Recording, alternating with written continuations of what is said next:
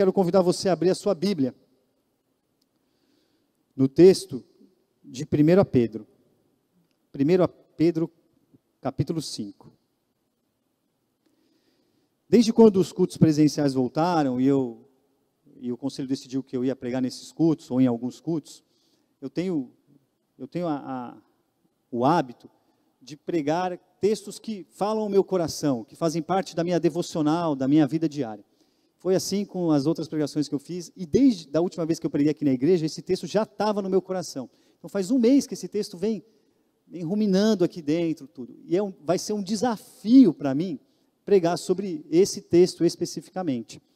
E está lá em 1 Pedro, capítulo 5, verso 7. Diz assim: lançando sobre ele toda a vossa ansiedade, porque ele tem cuidado de vós. Vamos ler novamente? Lançando sobre ele toda a vossa ansiedade, porque ele tem cuidado de vós. Palavras do apóstolo Pedro, que escreve essa carta num contexto bem específico. Então eu quero falar um pouco dessa carta. O que é essa carta? Bom, essa carta foi escrita por Pedro. Quem foi Pedro? Pedro nasceu em Betsaida. Pedro morava em Cafarnaum, que foi um QG do ministério de Jesus Cristo, quando ele estava desenvolvendo o ministério dele aqui na terra. Ele era um empresário, um empreendedor da área da pesca. Pedro tinha um temperamento explosivo, mas ele era considerado, tanto durante a vida de Jesus, como pós a morte de Jesus, um dos líderes desse grupo de discípulos que foi escolhido por ele. Pedro era casado. Esse era Pedro. E ele escreve essa carta num momento bem difícil da vida dele. Ele está em Roma quando ele escreve essa carta.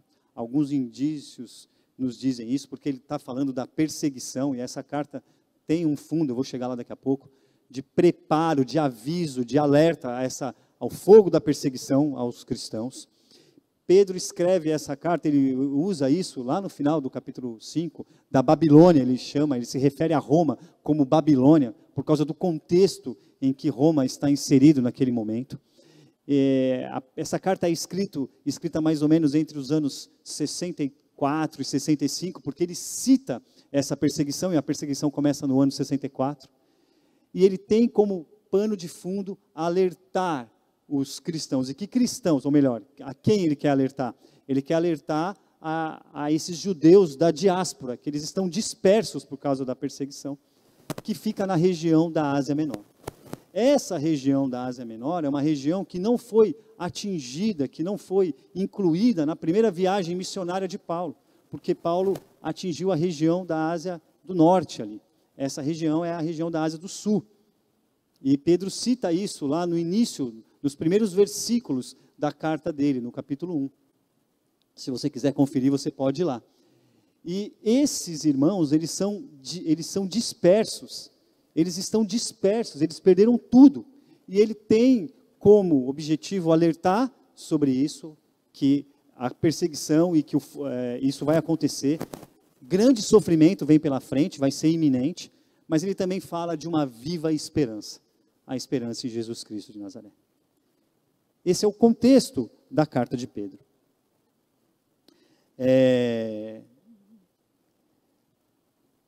O texto avança, e para falar de um versículo só, é difícil a gente explorar um versículo só sem a gente menosprezar o que vem antes. Então eu não posso deixar de citar o que tem antes nesse capítulo 5.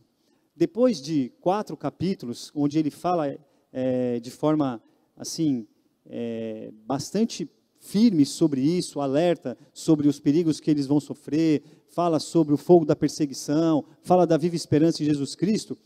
O último capítulo dessa carta é um capítulo endereçado literalmente para os membros das igrejas dessa região.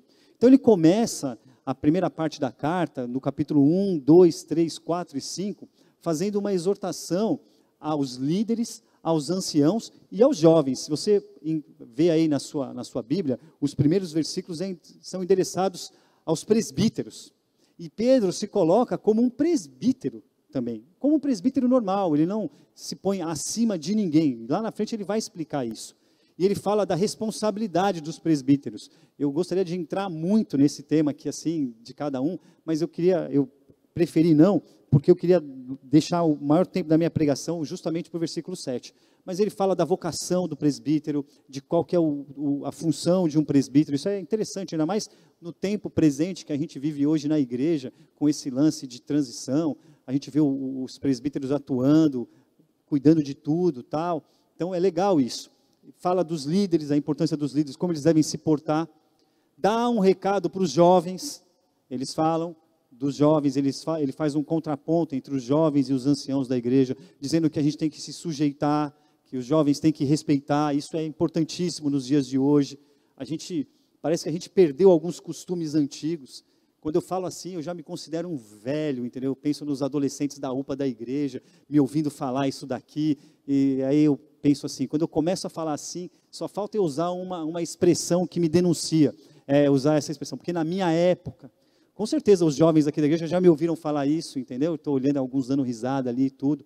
E essa é a chancela, é a chave hermenêutica que você está velho, entendeu? Quando você fala assim, na minha época, estou vendo o Gabriel ali, adolescente, rindo da minha cara, mas é verdade, é um fato isso, essa relação. A gente vê os valores absolutos sendo relativizados, dá vontade de ficar falando só sobre isso, só sobre esse versículo 4, esse versículo 3, esse versículo 5, quando Pedro fala aos jovens. Mas não é só isso. Mas é importante situar vocês do que está acontecendo, para então entrar nesse versículo 7. O versículo 6, o versículo 6, isso, 5, a segunda parte do versículo 5 e o versículo 6, fala sobre os relacionamentos, como devem ser pautados os relacionamentos. A humildade precisa se fazer presente. E é tão interessante isso, porque a gente está vivendo tempos difíceis, onde as pessoas não estão no seu melhor normal, no seu melhor de si. Muita comunicação por isso daqui, ó, através Eu adoro o WhatsApp, eu não tenho nada contra o WhatsApp, mas é difícil, às vezes, se manifestar pelo WhatsApp. Nem sempre a tônica, a intenção é a correta. E não só de WhatsApp, mas de redes sociais, a gente vê tantas lutas, tantas batalhas, tantas brigas, tantos desentendimentos, onde a gente quer colocar a nossa opinião e a gente esquece que a nossa opinião não pode ser maior do que a do outro. E a gente tem que se tratar em humildade. A gente vê brigas, a gente vê discussões, a gente vê dissensões, a gente vê o inimigo literalmente sapateando em nós, através dessa falta de humildade nos relacionamentos. Pedro alerta esses irmãos e irmãs, essas igrejas, com essa necessidade. E aí ele muda o tom da conversa, a perícope muda, e ele vem com o versículo 7, e diz assim: lançando sobre ele toda a vossa ansiedade, porque ele tem cuidado de vós. Então ele vem construindo, se você ler a carta inteira você vai ver, ele vem construindo a importância da gente estar vigilante, de ser sóbrio nas nossas decisões. Ele fala da importância da atuação da igreja, dos líderes, de que a gente tem que ter o amor pela causa de Cristo, que aqueles irmãos que estão à frente da igreja. Fala da relação dos jovens, fala dessa questão dos relacionamentos, e ele muda o tom e fala, porque agora você tem que lançar sobre ele toda a sua ansiedade, porque ele tem cuidado de vós. Poderia falar milhares de temas sobre isso, poderia ficar aqui discorrendo por muito tempo sobre esse lance da ansiedade. Mas Pedro está falando tudo isso porque ele tem um motivo. Ele está falando para um grupo de irmãos que perdeu tudo, que estão na diáspora, que perderam a casa, que perderam familiares por causa do fogo da perseguição, que estão buscando um novo recomeço, que convivem com a ausência da esperança, que estão sim ansiosos pelo dia de amanhã, porque eles não sabem o que vão ser deles. Mas ele fala, calma, entregue a sua ansiedade, porque ele tem cuidado de vós. Eu quero dividir esse versículo em duas partes. Primeiro, sobre esse lance de lançar sobre ele, essa questão de lançar sobre ele toda a nossa ansiedade. Para falar sobre isso, primeiro, eu quero te perguntar, você conhece alguém ansioso? É capaz de dar o CPF dela? Óbvio, todos nós somos ansiosos. Talvez você não não sofra de ansiedade crônica, mas em algum momento você sente ansiedade. Tudo aquilo que nós não administramos, não temos controle, isso nos deixa inquietos. Isso nos deixa ansiosos. É o fato de nós não termos controle das coisas, nos deixa ansiosos. E se a gente olhar para esse ritmo de vida que é impresso hoje na sociedade, isso é um fator contribuinte, assim, contribuidor elevado às potências, para nos deixar ansiosos. Eu, particularmente, falando de mim, eu venho de uma realidade onde a dinâmica da cidade que eu morava era um negócio louco. Eu contava os segundos do metrô, para não chegar atrasado na faculdade, na época da faculdade. Eu era da turma lá no trabalho, do cartão de ponto, das 5h59, porque eu ia para lá às 5h59, para dar 6 horas, batei meu cartão, saí correndo do banco, eu tropeçava assim lá na Paulista, saía do banco, tropeçava, caía dentro da estação Trianon MASP, descia as escadas assim, ó, atropelando todo mundo, para não perder um metrô, porque se perdesse um metrô era prejuízo total, ia alavancar lá na frente, não chegava na faculdade 7h30, ainda passava em casa, só para comer um negócio assim, entrava por uma porta, saia pela outra, o ônibus já passava na porta de casa assim, já pegava o ônibus para ir para a faculdade. E aí hoje eu quero falar de ansiedade, logo eu, falar de ansiedade, olhar para esse texto e falar, não lance sobre ele toda a sua ansiedade. Então a gente está escolhendo, o que eu quero dizer com isso é que a gente está escolhendo lutas, problemas que nos deixam ansiosos, que não é o objetivo da nossa carreira cristã. Não é. Porque, de acordo com o apóstolo Paulo, qual é a nossa luta? Contra quem é a nossa luta? Quando Paulo diz lá, que ele fala assim, a nossa luta não é contra carne e sangue, sim contra... Alguém mais alto, por favor? Pode continuar o versículo? Vou ler aqui para vocês. Vou ler aqui para vocês. Deixa eu achar.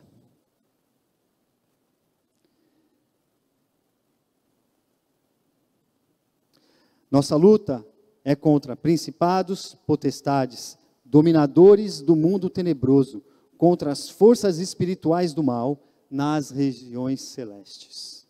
Essa é a nossa verdadeira luta. Sabe quem é o nosso verdadeiro adversário? Não é o trânsito, não são as mazelas da sociedade, não é nem a pandemia do coronavírus. O nosso verdadeiro adversário tem nome, é o diabo. Porque o diabo está ao nosso derredor, pronto para nos atacar e tentar nos devorar.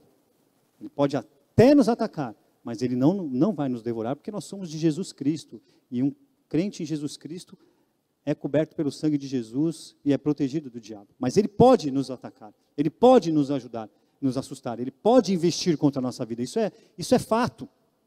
E é essa luta que deveria causar ansiedade em nós. A ansiedade de militarmos contra essas forças espirituais, contra esses principados e potestades. Olha só, o nosso inimigo tem endereço, tem currículo, tem nome.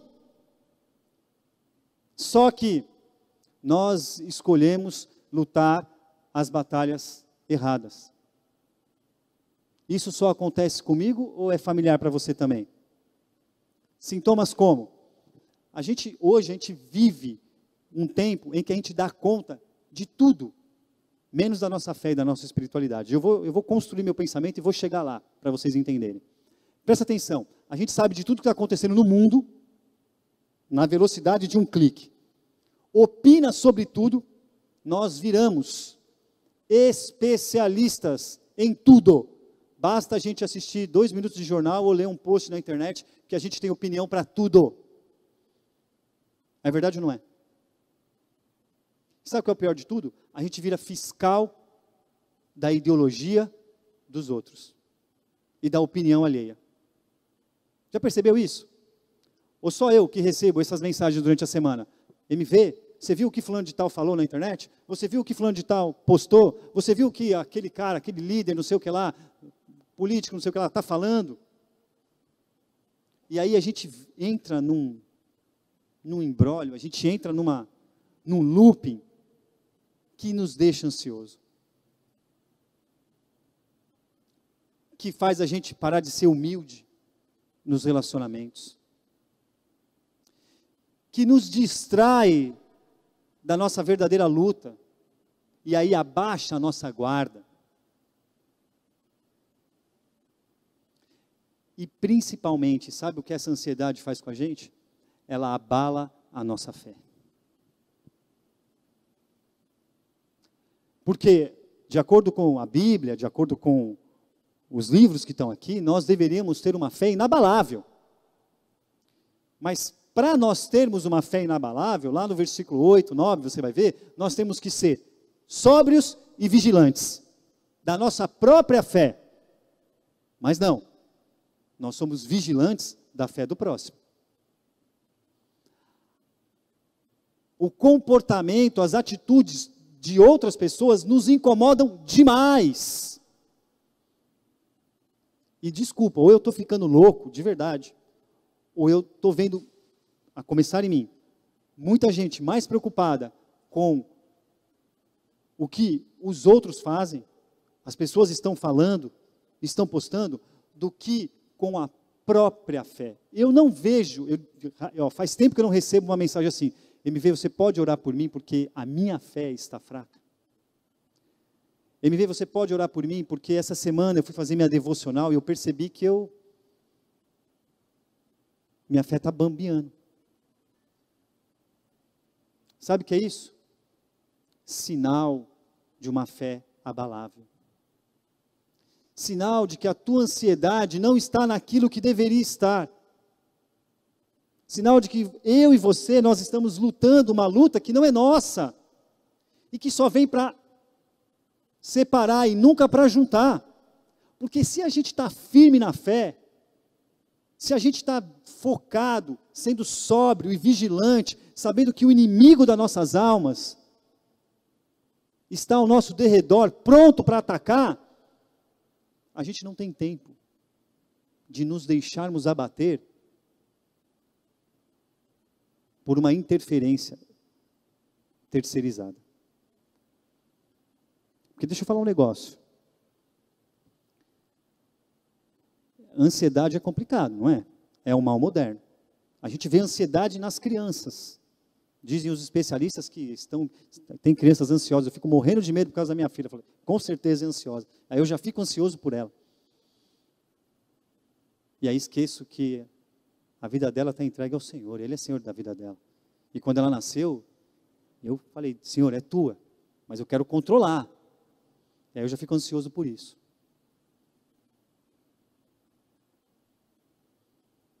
Ansiedade é o mal moderno. Eu estava aqui esperando o culto começar, meu pezinho estava assim, ó, batendo assim, ó, ansioso em pregar.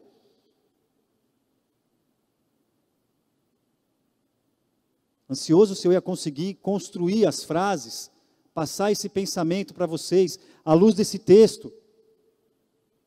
Porque deixa eu falar um negócio, esses caras aqui da carta de 1 Pedro, esses caras, eu não quero menosprezar ninguém aqui, por favor, nem quem está em casa.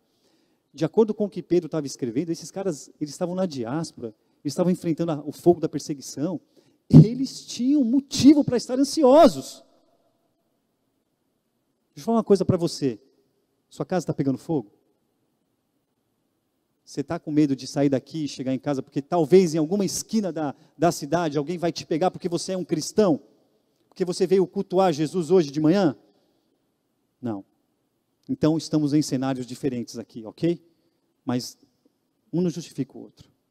Eu estou fazendo o lá então, para mostrar para vocês o porquê desse texto. E o aqui e agora, da nossa realidade. Lançando sobre ele toda a nossa ansiedade.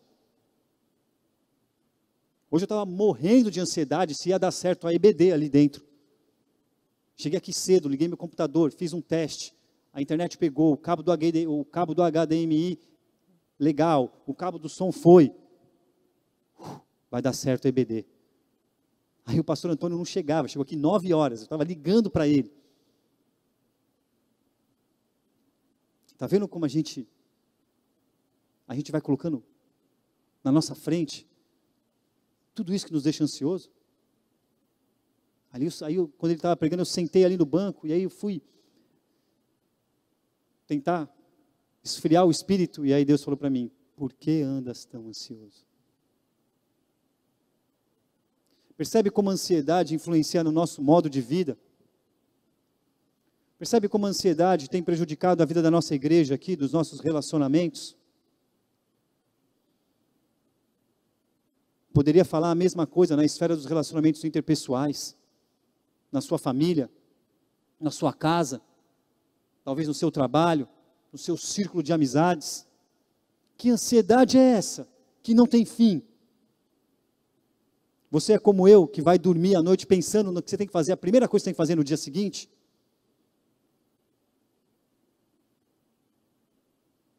Quem diz que a gente consegue dormir assim? Poderia falar também do uso de remédios, de pessoas, e eu não estou criticando não, eu só estou atestando um fato. Quem sou eu para fazer uma crítica? Não tenho autoridade nenhuma para isso. Me coloco no mesmo patamar dos irmãos, pregaria aqui de baixo para estarmos até na mesma linha de visão, só prego daqui de cima por causa da câmera ali. O uso de remédios, de ansiolíticos, a busca por tratamentos, eu acho importante buscar sim, terapia, psiquiatria, é um mal presente, e como isso tem desdobramento na nossa vida, nos tornamos fiscais da opinião alheia, somos especialistas em críticas, e a gente critica porque a gente não consegue segurar esse desejo, essa ânsia, que nos atormenta, e nos deixa vacilantes, enfraquece a nossa fé, faz a gente tirar o foco de Jesus Cristo, da gente olhar para essas escrituras e olhar para esse texto e falar: isso fala comigo, é comigo que tem que falar, e o nosso dedo coça para a gente ir lá na internet e responder. Isso está acabando com a gente. Isso está acabando. Eu sei que a pandemia veio e entrou e antecipou várias demandas. Eu sei que muita coisa é online. Eu não estou dizendo para você, joga tudo fora aqui, mas não estou falando isso. Eu só gostaria, isso para começar em mim, eu só acharia que seria muito bom a gente investir o mesmo tempo em cuidar da nossa saúde espiritual,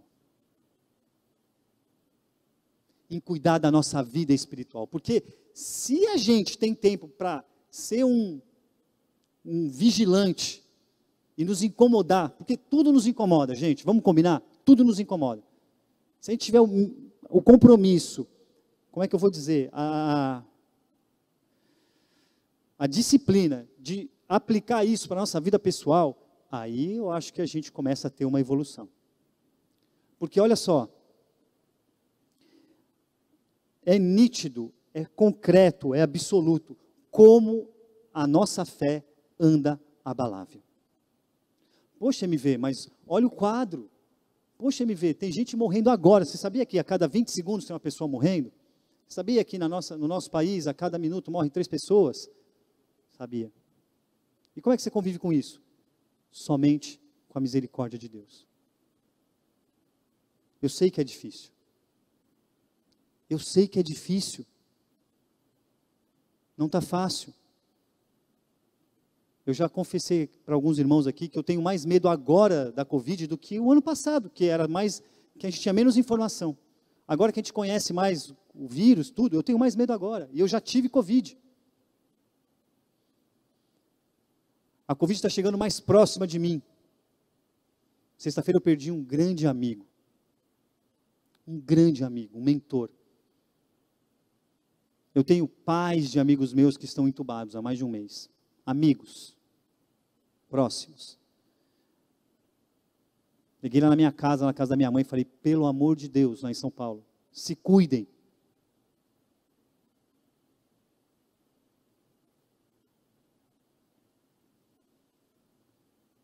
Nós andamos ansiosos. Só que essas preocupações interferem na minha comunhão com Deus. Me fazem esquecer de textos como esse, porque deixa eu falar, essa é a parte A do versículo, mas vem a parte B do versículo. Porque Cristo é assim. Não tem como a gente pregar uma mensagem e só trazer o caos, se a gente não colocar a graça de Jesus. Acalma aí, segura aí, que a graça de Jesus está chegando já. Então, gente, o desejo do meu coração hoje é olhar para esse texto e olhar para essa perseguição, para esses problemas, esse caos que esses irmãos da Ásia Menor estavam sofrendo por causa do fogo da perseguição, mas também, a partir da parte B do versículo, porque ele tem cuidado de vós, ver essa viva esperança que nós temos em Jesus Cristo. E refletir um pouco naquilo que está daquilo que está nos causando ansiedade. E longe de mim, achar que eu tenho uma resposta para isso. O único conselho que eu posso dar é que você se apegue, que você se debruce nas Escrituras e no relacionamento com Cristo, nas disciplinas espirituais, porque Ele tem cuidado de vós. Ele tem cuidado de vós. Nos momentos que eu tenho assim, talvez de equilíbrio, onde a minha mente está mais limpa, e isso acontece normalmente nas minhas corridas, eu vou correr à noite, quando não tem ninguém na rua. Não por medo, mas sei lá, porque eu acho que é melhor. É mais fácil, vou correr depois das 9 horas da noite, quando eu consigo correr. E aí a minha mente eu vou fazendo uma higiene mental, e ali eu vou perguntando para Deus, vou ouvindo Deus. Coloco a Bíblia para falar, ou coloco alguma pregação, e ali eu vou tentando voltar a minha atenção para aquilo que a própria Bíblia nos instrui. E ali eu encontro conforto, refrigério, consolo vindo do alto.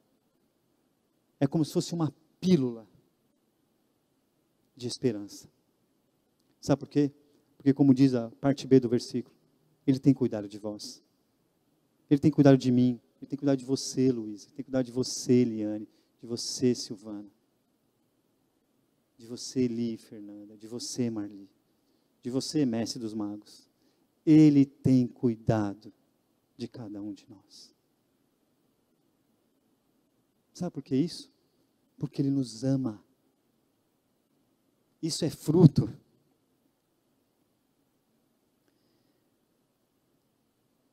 da graça de Jesus. De toda a graça se encontra nele. Se a gente for ler os versículos 8, 9, 10 e 11, Pedro vai estar falando sobre isso para esses irmãos.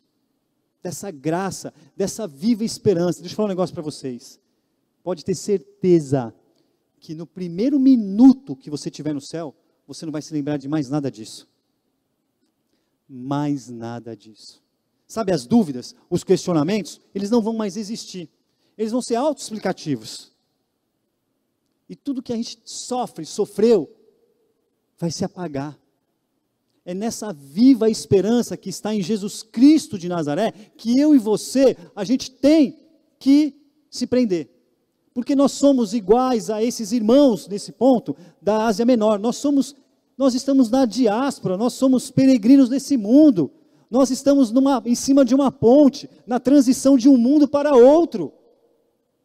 Nós não somos daqui. Nós temos o endereço certo, é verdade ou não é? Ou eu estou falando alguma mentira? Nós estamos numa jornada. E estamos sofrendo e padecendo pelos males desse século. Tudo bem, nós vivemos aqui, nós somos atingidos por isso. Eu sei. Como eu disse, não tenho resposta para isso.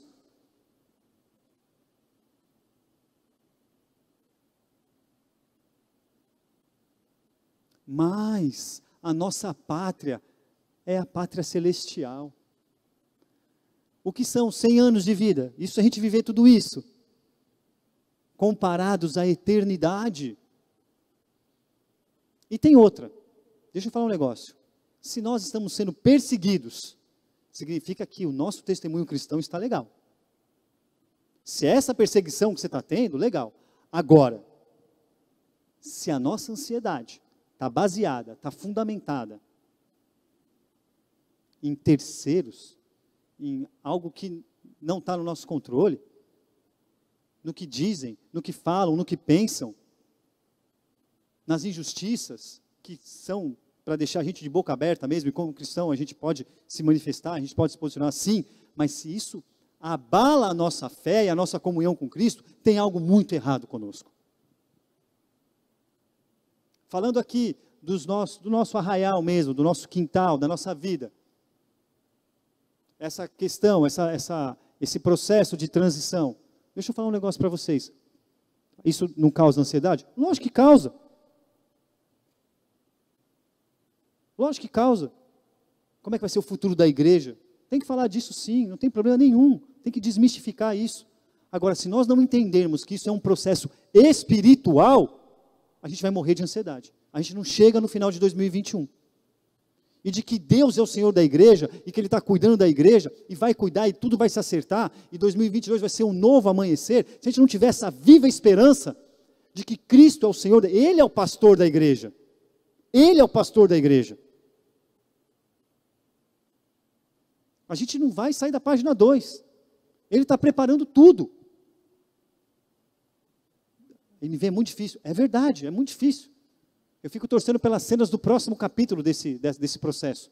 Só que é o seguinte, Ele tem cuidado de nós. Lançai sobre Ele toda a nossa ansiedade, porque Ele sabe o que é melhor para nós.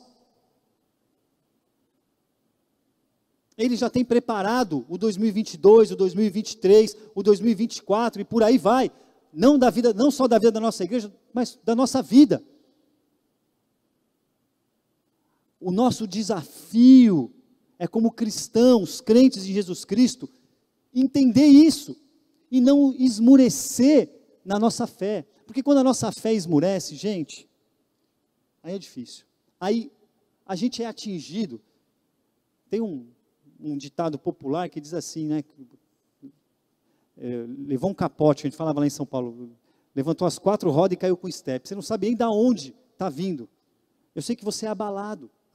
Eu tenho recebido muitos aconselhamentos, muitas ligações de pessoas da igreja, de pessoas de fora da igreja que chegam pela internet. E as pessoas começam a contar a história, e eu começo a ver que o problema delas está baseado em outrem, em outra coisa, no ambiente de trabalho.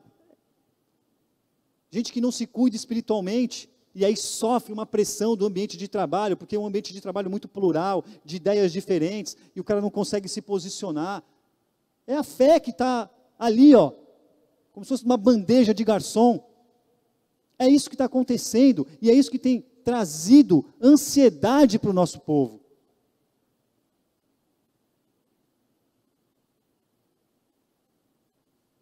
A nossa fé está abalada, por causa da ansiedade que nós vivemos e sofremos com tudo que a gente absorve do mundo.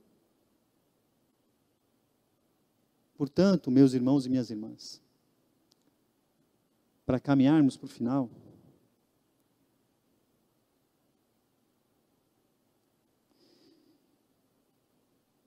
Jesus Cristo é o Senhor de toda graça. Não há situação na vida que a sua graça não é suficiente para nos socorrer. Não há. Mesmo nos momentos de angústia, mesmo nos momentos de dor, mesmo nos momentos de luto. Porque o que falar para alguém que perde um ente querido? Se não oferecer a graça consoladora de Jesus Cristo de Nazaré. É isso que nós temos de mais precioso na nossa vida. Quando nós enfrentamos situações que não têm palavras, nós recorremos à graça de Jesus Cristo. Porque através da graça de Jesus Cristo, nós sabemos que nós encontramos consolo e paz. A paz que excede todo entendimento.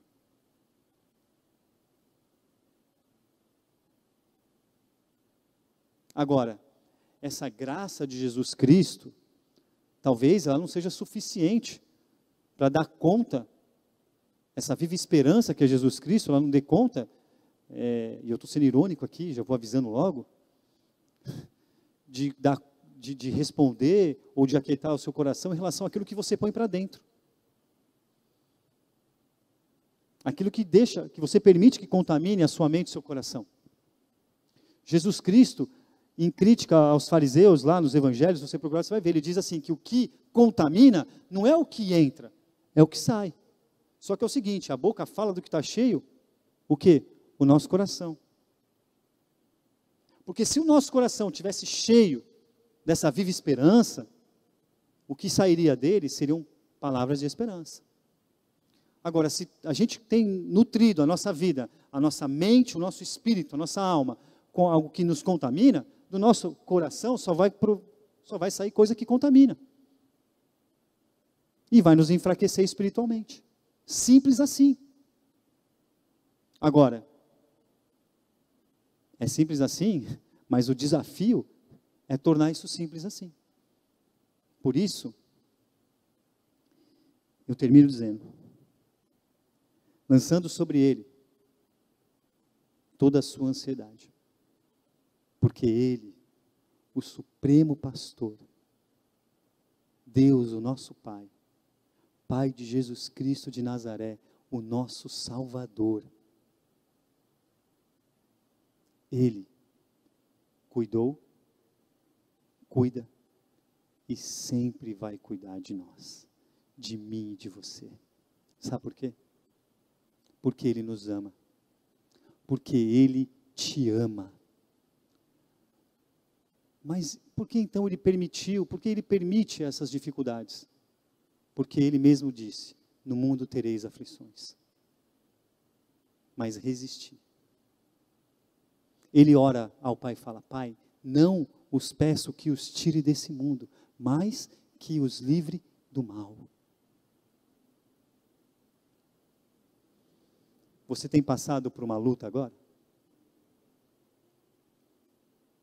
Você está enfrentando uma luta nesse exato momento? Eu conheço pessoas aqui que estão com lutas agora, nesse exato momento. Eu olho para elas aqui, tá na luta. Como diriam os nossos irmãos pentecostais, está na brecha.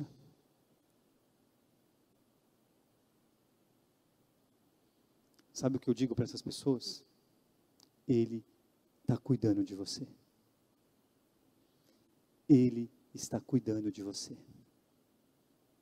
Há muito tempo atrás, eu ouvi uma história, num congresso de teologia que eu participei, que falava sobre pegadas na areia. E num dado momento da história, disse que existia só um par de pegadas. E ali o pregador dizia que neste momento da vida daquela pessoa, Deus estava carregando ela no colo, no momento mais difícil da vida dela. Eu não tenho dúvidas que isso acontece comigo, com você e com todos aqueles que amam a Deus, que tem Jesus Cristo como seu Senhor e Salvador. Nesses momentos de luta, talvez seja agora o atual momento, nesses momentos de dor, nesses momentos de provação, nesses momentos onde a sanidade mental está comprometida, deixa eu te falar um negócio, Ele tem cuidado de vós, Ele tem cuidado de você. Ele sabe o teu nome, Ele conhece a quantidade de cabelos que tem na sua cabeça. Uma folha não cai de uma árvore sem a anuência dEle, sem a ciência dEle. Ele é soberano. Agora você precisa de fé para acreditar nisso. A sua fé precisa estar fortalecida para que você creia nisso. E enfrente as batalhas. Isso não é parece até um discurso motivador, mas não é um discurso motivacional. Não é, isso é o que está escrito aqui. Porque a fé é o combustível que faz a gente continuar acreditando. de que um dia não vai ter mais essa preocupação toda, de que esse mal chamado ansiedade vai nos consumir, lançando sobre Ele toda a vossa ansiedade, porque Ele tem cuidado de vós.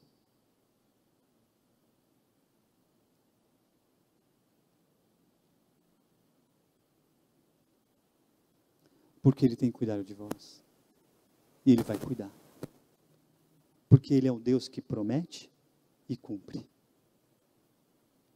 porque a alegria do Senhor é a nossa força, porque as misericórdias do Senhor se renovam a cada manhã, porque todas as coisas cooperam para o bem daqueles que amam a Deus, porque Ele é bom, Ele é amor,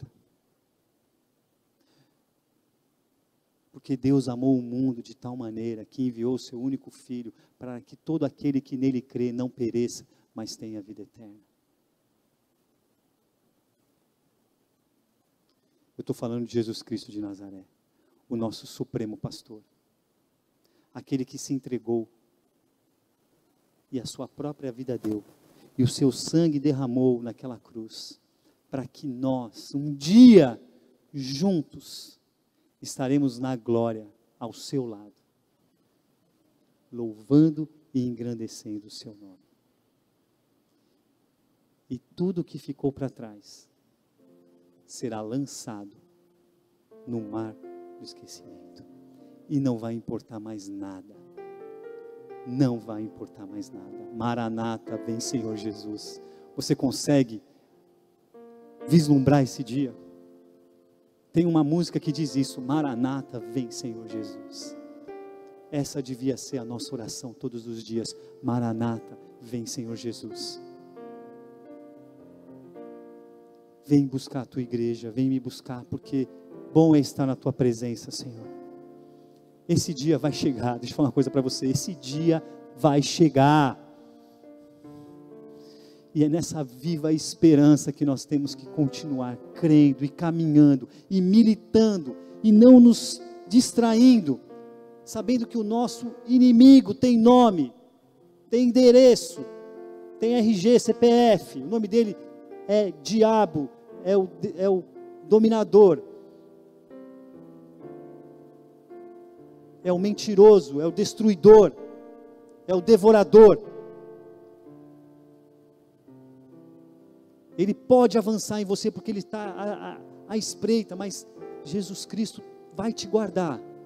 Agora, a gente tem que ser vigilante, sóbrio, na condução da nossa vida, e priorizar a nossa vida espiritual,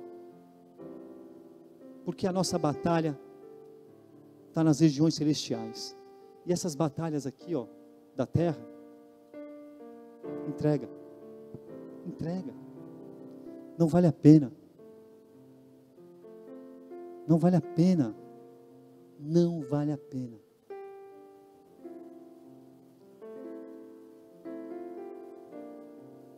Nós somos crentes de Jesus Cristo, meus irmãos e minhas irmãs.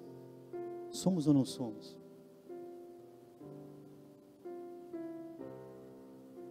Por isso, o nosso propósito de vida é glorificar a esse Deus. E a gente faz isso através da nossa vida espiritual, da nossa comunhão com Ele. Vamos ficar de pé e vamos orar?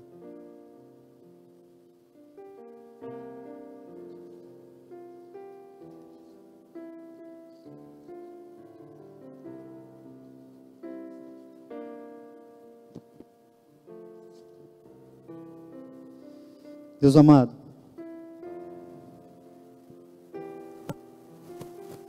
é até difícil terminar uma mensagem como essa, Senhor, porque na ansiedade do meu coração, eu queria poder falar mais, dizer mais, argumentar mais, explicar mais. Mas o fato é, Senhor, que é simples, Senhor. Basta a gente obedecer a Tua palavra, Senhor. e o que nela está escrito. Basta a gente priorizar o que de fato é importante, relevante, primordial, essencial para a nossa vida, que é a nossa comunhão com o Espírito Santo. Por isso, Senhor, eu gostaria nessa manhã, mesmo que de forma simbólica, Senhor, entregar toda a ansiedade que tem no meu coração. Tudo aquilo que não tem a ver com o que é primordial para a minha vida. Tudo aquilo que está passando na minha cabeça aqui, nos meus pensamentos, que acaba tirando a minha sobriedade e enfraquecendo a minha fé, Senhor. E que isso seja uma constante, uma prática na vida dos meus irmãos e das minhas irmãs que estão aqui comigo nesta manhã, daqueles que nos acompanham pela internet também, Senhor. Nos ajuda, Senhor, a vencermos esse mal chamado ansiedade. Nos ajuda a abrir os nossos olhos e ficarmos atentos e vigilantes ao nosso verdadeiro inimigo. E que desse modo, Senhor, nós possamos evoluir nos nossos relacionamentos interpessoais, na forma como nós nos relacionamos uns para com os outros, em respeito, em humildade, e sendo servos, Senhor, servos uns dos outros. E dessa forma nós caminharemos em direção à viva esperança, chamada Jesus Cristo de Nazaré, o supremo pastor, aquele que um dia virá nos buscar e nos levará para morarmos com Ele, para habitarmos as moradas celestiais, para todo sempre e eternamente. E quando isso acontecer, não haverá mais choro, mais pranto, mais dor que possa nos abalar, pois estaremos na glória com Cristo Jesus. Que o Senhor nos guarde nessa semana, que o Senhor nos incite a orar mais, a nos debruçarmos mais na Tua Palavra, a sermos mais espirituais, a praticarmos as Suas palavras na nossa casa, com o nosso companheiro, a nossa companheira, nossos filhos, filhas, parentes, amigos, pois assim, Senhor, nós estaremos resguardando aquilo que de mais especial e primoroso nós temos, que é a nossa fé em Cristo Jesus.